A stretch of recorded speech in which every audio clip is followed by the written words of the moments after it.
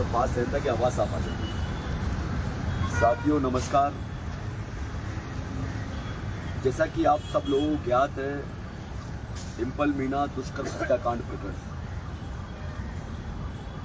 3 महीने से ऊपर इस परिवार को न्याय की आस में यहाँ धरने पर बैठे हुए हो गए। 3 महीने से अधिक का समय हो गया, लेकिन सरकार के कान पर चूपर नहीं रेंग रही। खूब ज्ञापन दे लिए, खूब मीटिंगें कर ली, खूब प्रदर्शन कर लिया, समाज से गुहार लगा ली, सब समाज से गुहार लगा ली, हमारे जन प्रतिनिधियों के दरवाजे पे खूब ढोक दे लिए, लेकिन अब इस धरना स्थल पर इन मासूम बच्चों को देखा नहीं जाता। मैंने कई बार यहां से हटने के लिए कहा, लेकिन इनको हटाने के लिए ना समाज आया, ना सरकार की तरफ से किसी ने प्रयास किया कि हटना नहीं चाहते यहाँ पर। और मुझे इनका दर्द अब देखा नहीं जाता। 3 दिन 5 दिन पहले 4 दिन पहले बुधवार के दिन, मंगलवार की रात को किस प्रकार से इस दादी की तबीयत खराब हो गई, सांस लेने में तकलीफ हुई। रात को यहाँ पर हमारा एक साथी कमल ककराना लेकर के इसको हॉस्पिटल भागा, इमरजेंसी में एडमिट कराया, ऑक्सीजन दिया। अगर कोई घटना घट जाती तो मैं तो अपने आप को कभी जीवन में माफ नहीं कर पाता। मैंने इनसे कहा जो करेगा वो समाज करेगा, लेकिन विश्वास से बैठे हुए हमारे पे।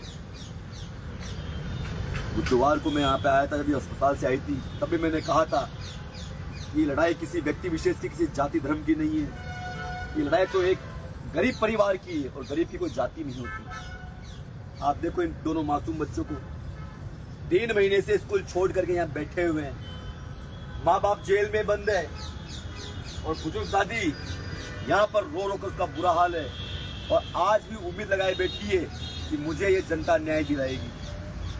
साथियों, मुझसे जितना बन सकता था मैंने किया, जितनी लड़ाई मेरी लड़ने की बस की बात थी मैंने की। अब ये लड़ाई मैं इस नौजवान युवाओं के हवाले सौंपता हूं।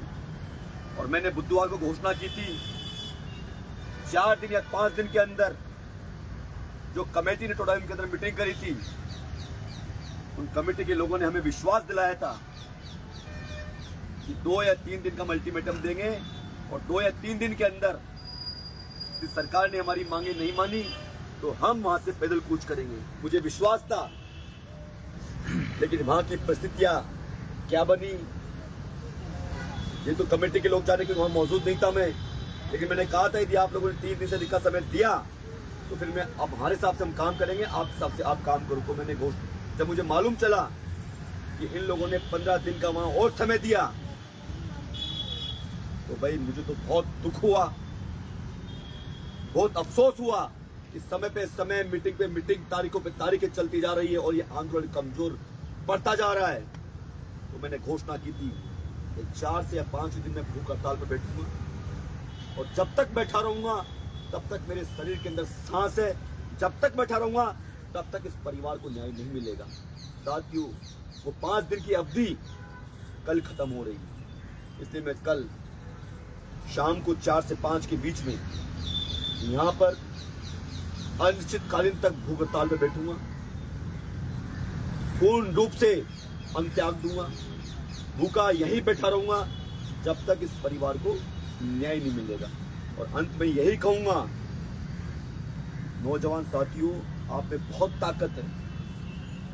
जो भी आंदोलन खड़ा होता है वो नौजवान आंदोलन खड़ा करता है, और जो नौजवान सड़क पर उतरता है तो नेताओं की लाइन अपने आप लग जाती है। नेता भूखा होता है, भीड़ का भूखा होता है। ये ताकत आपकी है, इसका उपयोग नेता करते हैं, और सरकारें डरती है जनता की ताकत से। ये मेरी अंतिम प्रयास है मेरा। ये लड़ाई आप लोग संभालो। मैं कल से अनिश्चितकालीन की भूख हड़ताल की घोषणा करता हूँ। कल शाम को 4 से 5 के बीच में यहाँ धरना स्थल पर आकर मैं बहुत शांतिप्रिय तरीके से हमारा आंदोलन और भूख हड़ताल जारी रखेंगे। हमें प्रशासन से हमारी चेतावनी और विनती भी है, क्योंकि मुझे आज भी याद है जब मैं जम्मा रामगढ़ के अंदर लंबी लड़ाई लड़ने के बाद वहां की जनता नहीं जागी, वहां के नेता नहीं जागे। 2 महीने 3 महीने लड़ाई लड़ने के बाद तो मैं मेरे कोर्ट के सारे काम छोड़ करके एसडीएम कार्यालय के बाहर भूख हड़ताल पर बैठा था।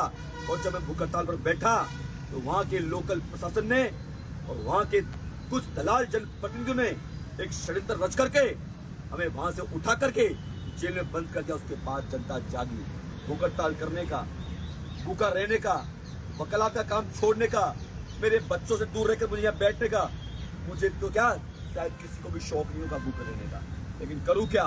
ये मेरी मजबूरी कहो, ये चाहे मेरा अंतिम प्रयास कहो कि मैं जीते जी अपनी बात से पीछे हट नहीं सकता, जीते जिस परिवार के हालात ऐसे देख नहीं सकता।